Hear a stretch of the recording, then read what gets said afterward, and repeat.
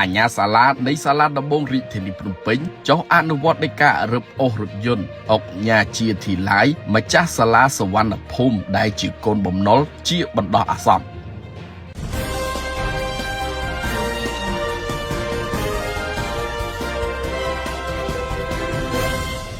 អាញាសាលានៃសាលាដំបងរាជធានីភ្នំពេញបានចុះអនុវត្តនៃការរឹបអូសបណ្ដោះអាសន្នរថយន្តរបស់កូនបំណុលដែលជាម្ចាស់សាលាសវណ្ណភូមិគឺអុកញ៉ាជាធីឡាយដោយបានរឹបអូសរថយន្ត Escalade ពាក់ស្លាកលេខភ្នំពេញ 2CE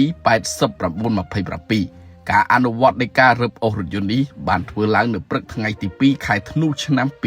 2025បន្ទាប់ពីខាងអាជ្ញាសាលាបានចុះទៅដល់ខាងកូនបំណុលមិនព្រមសហការទេខាងអាជ្ញាសាលាបានសម្រេចជួលរថយន្តសម្រាប់ស្ទូចរថយន្តយកទៅរក្សាទុកនៅតុលាការតែដោយមានខាងមេធាវីតំណាងអុកញ៉ាជាធីឡាយមកសុំចរចាជាមួយខាងអាជ្ញាសាលាពួកគេសុំបើករថយន្តដែលរឹបអូសនោះដោយស្ម័គ្រចិត្តទៅខ្លួនឯង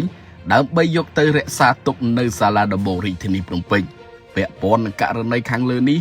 អង្គភាពសារព័ត៌មាននឹងរងចាំមើលថាតើខាងសាលារៀនសុវណ្ណភូមិនៅតែបន្តកិច្ចវេះពីការទទួលខុសត្រូវក្នុងករណីមួយនេះទៀតឬយ៉ាងណាទោះជាយ៉ាងណាអង្គភាពសារព័ត៌មាន9 TV នឹងរងចាំការបំភ្លឺគ្រប់ភាគីពាក់ព័ន្ធទាំងអស់រៀងរាល់ម៉ោងធ្វើការឬទំនាក់ទំនងតាមលេខទូរស័ព្ទ012 79 95 និង 72 9 TV នឹងលម្អិតព័ត៌មាននេះបន្តទៀតនៅវគ្គក្រោយBlue Property Group សេវាកម្មបង់រំលោះរថយន្តជាមួយឃ្លាំងផ្ទាល់